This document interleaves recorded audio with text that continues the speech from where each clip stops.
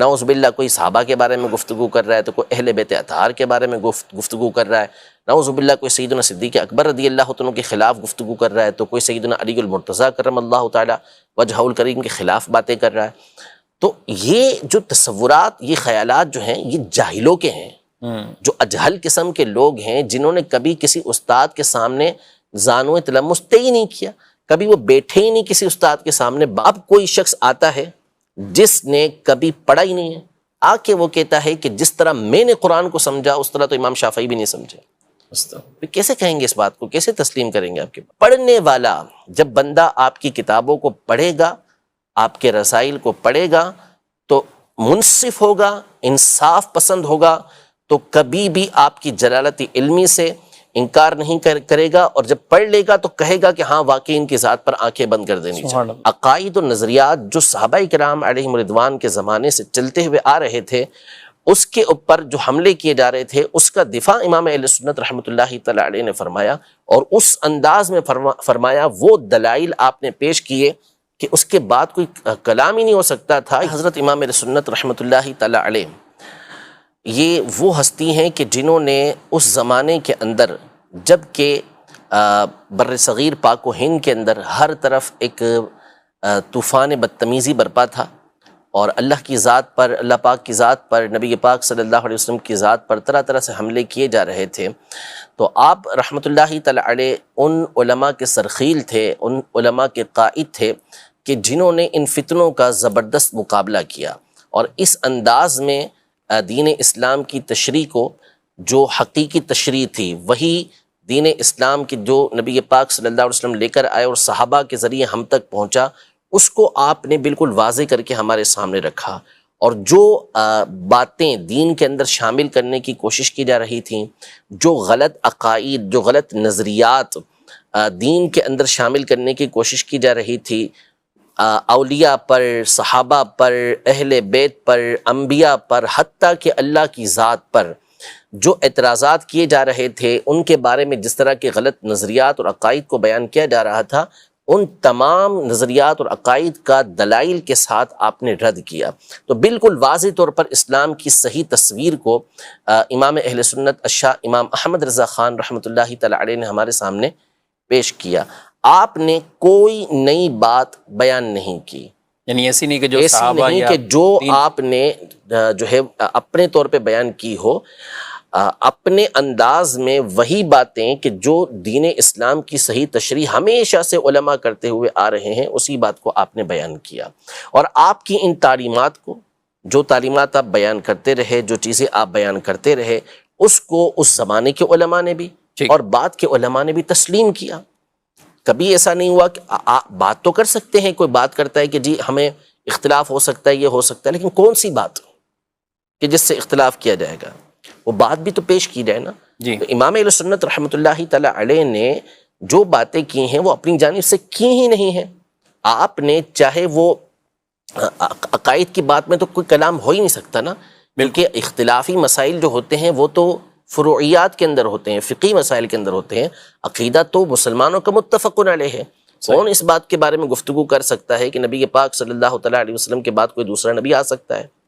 تو جب اعلیٰ حضرت کے سامنے یہ بات کی گئی اور اس زمانے کے اندر یہ فتنہ برپا کیا گیا کہ نبی پاک صلی اللہ علیہ وسلم کے بعد کوئی دوسرا نبی آ جائے تو نبی نبوت کے اوپر کوئی فرق نہیں پڑے گا، ختم نبوت پہ کوئی فرق نہیں پڑے گا، آ جاتا ہے، یعنی امکان کی بات کی گئی، تو امام اہل سنت رحمۃ اللہ تعالی علیہ نے اور دوسرے علماء نے دلائل کے دریا بہا دیے، تو اس سے کوئی انکار کر سکتا ہے؟ ہرگز نہیں کر سکتا۔ جو ختم نبوت کے حوالے سے یہ گفتگو بھی کرے کہ نبی پاک صلی اللہ علیہ وسلم کے بعد کسی دوسرے نبی کا آنا ممکن ہے، تو پھر اس صورت میں ظاہر ہے کہ مسلمان متفق ہو کر اس کا رد کریں گے، اس کو کفر قرار دیں گے، تو اس میں کیا اختلاف ہو سکتا ہے؟ یعنی یہاں امکان بھی نہیں ہے، امکان بھی نہیں۔ اسی طرح اللہ پاک کے لیے جھوٹ کو ماننا، اللہ پاک کی طرف جھوٹ کی نسبت کرنا، تو اب اگر کسی بھی مسلمان کے سامنے یہ بات کی جائے گی تو اس کا رد ہی کرے گا نا، اس کا جواب ہی دے گا، تو اس میں کس کا اختلاف ہو سکتا ہے؟ اسی طرح نعوذ باللہ کوئی شیطان اور ملک الموت کے علم کو نبی پاک صلی اللہ علیہ وسلم کے علم سے بڑھ کر بتائے، تو کون سا مسلمان اور خاص طور پہ کون سا عالم ہوگا جو اس کو کفر قرار نہیں دے گا؟ وہ اس کو کفر ہی قرار دے گا۔ اسی طرح کوئی نبی پاک صلی اللہ علیہ وسلم کے علم غیب کے حوالے سے توہین والی بات کرے اور آپ کے علم کو طرح طرح کی غلط تشبیہات دے، تو پھر اس کے کفر ہونے میں کیا کون کلام کرے گا؟ کوئی کلام نہیں کرے گا۔ تو آپ رحمۃ اللہ تعالی علیہ نے جو دین کے اوپر باتیں اس طرح کی آ رہی تھیں اس کی جامع تشریح کر کے ان چیزوں کا رد کیا۔ اسی کو مسلک اعلیٰ حضرت کہتے ہیں۔ عقائد و نظریات جو صحابہ کرام علیہم رضوان کے زمانے سے چلتے ہوئے آ رہے تھے، اس کے اوپر جو حملے کیے جا رہے تھے، اس کا دفاع امام اہل سنت رحمۃ اللہ تعالی علیہ نے فرمایا، اور اس انداز میں فرمایا، وہ دلائل آپ نے پیش کیے کہ اس کے بعد کوئی کلام ہی نہیں ہو سکتا تھا۔ یعنی یہ باتیں جو ابھی میں نے آپ کے سامنے بیان کی، یہ جس نے بھی کہا اس طرح کی باتوں کو، وہ کیا کھل کے اس طرح کی باتیں اب مسلمانوں کے درمیان کر سکتا ہے؟ ہرگز نہیں کر سکتا۔ کیوں؟ اس لیے نہیں کر سکتا کہ علماء نے، بالخصوص امام اہل سنت رحمۃ اللہ تعالی علیہ نے، اس کا اس انداز میں رد کر دیا کہ اب چھاپنے کی بجائے چھپانا ضروری ہو گیا۔ ٹھیک ہے، ورنہ اگر یہ رد نہ کیا جاتا تو چھپانے کی بجائے چھاپا جاتا۔ تو اب آنکھیں بند کیوں نہیں کی جائیں گی کہ جس نے ہمارے ایمان کی، عقیدے کی اس انداز میں حفاظت فرمائی۔ تو امام اہل سنت رحمۃ اللہ تعالی علیہ کی جو ذات ہے، اعلیٰ حضرت رحمۃ اللہ تعالی علیہ، انہوں نے جس انداز میں دین اسلام کی تشریح، توضیح اور دلائل کے ساتھ جس انداز میں ان چیزوں کو بیان کیا ہے، پڑھنے والا جب بندہ آپ کی کتابوں کو پڑھے گا، آپ کے رسائل کو پڑھے گا، تو منصف ہوگا، انصاف پسند ہوگا، تو کبھی بھی آپ کی جلالت علمی سے انکار نہیں کرے گا، اور جب پڑھ لے گا تو کہے گا کہ ہاں واقعی ان کی ذات پر آنکھیں بند کر دینی چاہیے، مان لینا چاہیے۔ مصیبت مسئلہ ہمارے یہاں پر یہ ہے، پرابلم ہمارے یہاں پر یہ ہے، دور ہے سوشل میڈیا کا، جی، اور انسان ہمیشہ سے شہرت کا طالب رہا ہے، یا تو دولت کا طالب رہا ہے یا شہرت کا طالب رہا ہے، اور یہ حب جاہ حب مال، حب جاہ حب مال، یہ ہمارے یہاں پر ہمیشہ رہتا ہے۔ اور اب ظاہر ہے کہ ذریعہ ہے، بدنام ہو جاؤ تو بھی نام ہو جائے گا، ٹھیک ہے نا، اور کس اچھے طریقے سے کام کر لو تو بھی اگر نام ہو گیا تو ہو گیا، بدنام ہو کر نام جلدی ہو جاتا ہے ہمارے دور کے اندر۔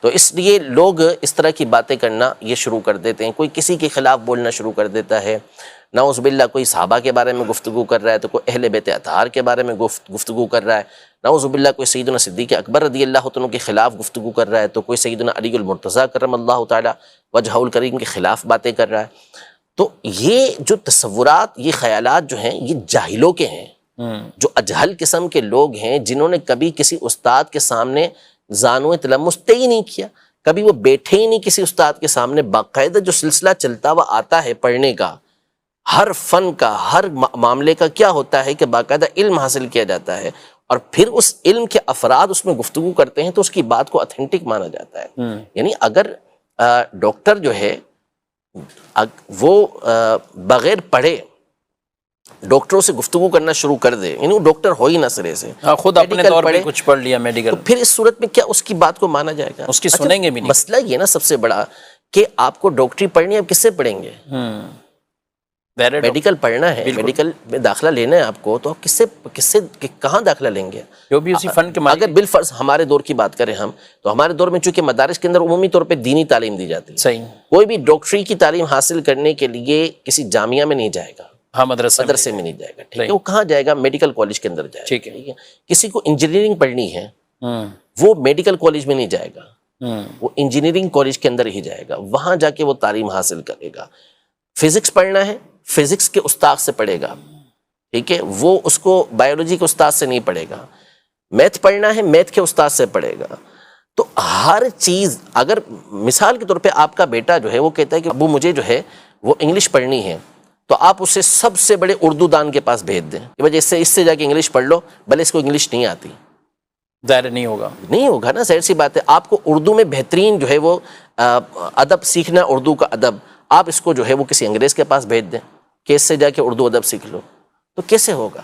تو اسی طرح جو دین ہے وہ دین کس سے سیکھا جائے گا؟ صحیح، دین کا علم بھی آپ اسی سے حاصل کریں گے نا کہ جو اس کا ایکسپرٹ ہو، جس نے اس کی تعلیم حاصل کی ہو۔ اب جس کو الف سے بے دین کی آتی نہیں، جس کو عربی عبارت تک پڑھنا آتی نہیں، وہ کہ میں قرآن و حدیث کو خود سمجھ سکتا ہوں، کتنا بڑا ظلم ہے۔ یعنی امام اعظم ابو حنیفہ رحمۃ اللہ تعالی علیہ، امام شافعی رحمۃ اللہ تعالی علیہ، امام شافعی نے 10 سال قبیلہ حذیل کے اندر گزارے، جو عرب کا فصیح ترین قبیلہ تھا۔ کس لیے گزارے؟ تاکہ عربی زبان کے اندر ایسی خود عربی ہیں، ایسی مہارت حاصل کر لیں کہ قرآن و حدیث کو صحیح طریقے سے سمجھ سکیں، جو اس کے معانی اور مفاہیم اس کو صحیح طریقے سے سمجھ سکیں، پھر اس کے بعد ان کی خداداد ذہانت اپنی جگہ پر اور علم دین کے لیے الگ تگ و دو اپنی جگہ پر۔ اب کوئی شخص آتا ہے جس نے کبھی پڑھا ہی نہیں ہے، آ کے وہ کہتا ہے کہ جس طرح میں نے قرآن کو سمجھا اس طرح تو امام شافعی بھی نہیں سمجھے، پھر کیسے کہیں گے اس بات کو، کیسے تسلیم کریں گے آپ کی بات؟ یعنی آپ بڑے بڑے جو فلاسفر ہیں ان کے مقابلے میں آپ ہماری بات کو تسلیم نہیں کریں گے۔ اگر ہم کوئی حکمت والی بات کہیں تو نہیں، اس کی بات معتبر ہے زیادہ۔ وائی؟ کیوں؟ اس لیے کہ وہ اس کا فن ہے، آپ اس کی بات کو تسلیم کر رہے ہیں، ہماری بات کو تسلیم نہیں کریں گے۔ کیوں؟ اس لیے کہ آپ کا یہ کام نہیں ہے۔ میں میڈیکل کی کوئی بات آپ کو بتا دوں، میں ڈاکٹری کی کوئی بات آپ کو بتا دوں، انجینئرنگ کی کوئی بات آپ کو بتا دوں، جو میں نے اس کتاب سے پڑھ لی اس کتاب سے پڑھ لی، تو میری بات تسلیم نہیں ہے، اس کی بات کیوں تسلیم ہے؟ اگر میں نے ابتدائی تعلیم حاصل کر لی چلے اس کی میڈیکل کی، تو بھی میری بات ویسی معتبر نہیں جیسے کہ 50 سال پرانے ڈاکٹر کی بات معتبر ہے۔ بالکل۔ کیوں؟ اس لیے کہ اس کا تجربہ ہو چکا، وہ مجھ سے زیادہ پڑھ چکا۔ لیکن جہاں دین کی بات آتی ہے تو ہماری آنکھیں پتہ نہیں بند ہونے کی بجائے اور زیادہ عجیب سی ہو جاتی ہیں۔ تو اس لیے جو اسلاف ہیں، بزرگان دین ہیں، یہ ایک پورا ٹاپک ہے۔ اگر میں اس پر گفتگو کرنا چاہوں کہ متقدمین اور متاخرین کے علم کے درمیان کیسا فرق ہے، تو اس پر علماء کی 50 نصوص موجود ہیں کہ متقدمین یعنی پرانے علماء کے جو علمی رسوخ ہوتا تھا، ان کی مضبوطی ہوتی تھی، وہ اس قدر زیادہ ہے کہ امام ذہبی رحمۃ اللہ تعالیٰ علیہ جیسی ہستی نے فرمایا کہ جب آپ نے ابو بکر الاسماعیلی رحمۃ اللہ تعالیٰ کی ایک کتاب کا مطالعہ کیا، مسند فاروق کا، تو آپ نے فرمایا میں نے جان لیا کہ متاخرین متقدمین کے حفظ کے برابر پہنچ ہی نہیں سکتے۔ ایسے کئی نصوص علماء کی موجود ہیں، تو اس لیے ہمیشہ اپنے بزرگوں کا دامن تھام کے رکھیں، اسلاف کا دامن تھام کے رکھیں۔ ہمیں کہا گیا اہدنا الصراط المستقیم، ہمیں سیدھے راستے پر چلا، صراط الذین انعمت علیہم، راستہ ان کا جس پر تو نے انعام کیا، اور وہ انبیاء، شہداء، صدیقین، صالحین، نیک لوگ ہیں، پارسا لوگ ہیں، ہمیشہ اس کے راستے کو اختیار کریں۔ فرمایا وَمَن يَتَّبِعْ غَيْرَ سَبِيلِ الْمُؤْمِنِينَ نُوَلِّهِ مَا تَوَلَّى وَنُصْلِهِ جَهَنَّمَ، کہ جو مسلمانوں کے راستے کے علاوہ کوئی اور راستہ اختیار کرے گا، ہم اس کو اسی طرف پھیر دیں گے اور اس کو جہنم کے اندر داخل کر دیں گے۔ تو مسلمانوں کا راستہ کون سا ہے؟ وہ یہی راستہ ہے کہ جس کے اوپر اہل سنت چل رہے ہیں، جس پر ائمہ اربعہ کے مقلدین چل رہے ہیں۔ وہ راستہ نہیں ہے کہ جس پر جہلا چل رہے ہوں، وہ راستہ نہیں ہے کہ جس کے اندر بزرگوں کی توہین ہو رہی ہو، وہ راستہ نہیں ہے کہ جس میں صحابہ و اہل بیت کو جو ہے وہ 2 ٹکے کا نعوذ باللہ قرار دیا جا رہا ہو، جس میں جو ہے وہ نبی پاک صلی اللہ تعالیٰ علیہ وآلہ وسلم کی ذات کے حوالے سے گفتگو کی جا رہی ہو۔ یہ کون سا راستہ ہے؟ یہ بزرگوں کا راستہ کب سے بن گیا؟ ہرگز ایسا نہیں ہے۔ تو ہمیشہ اسلاف کے بزرگوں کے دامن کو مضبوطی کے ساتھ تھام کے رکھیں۔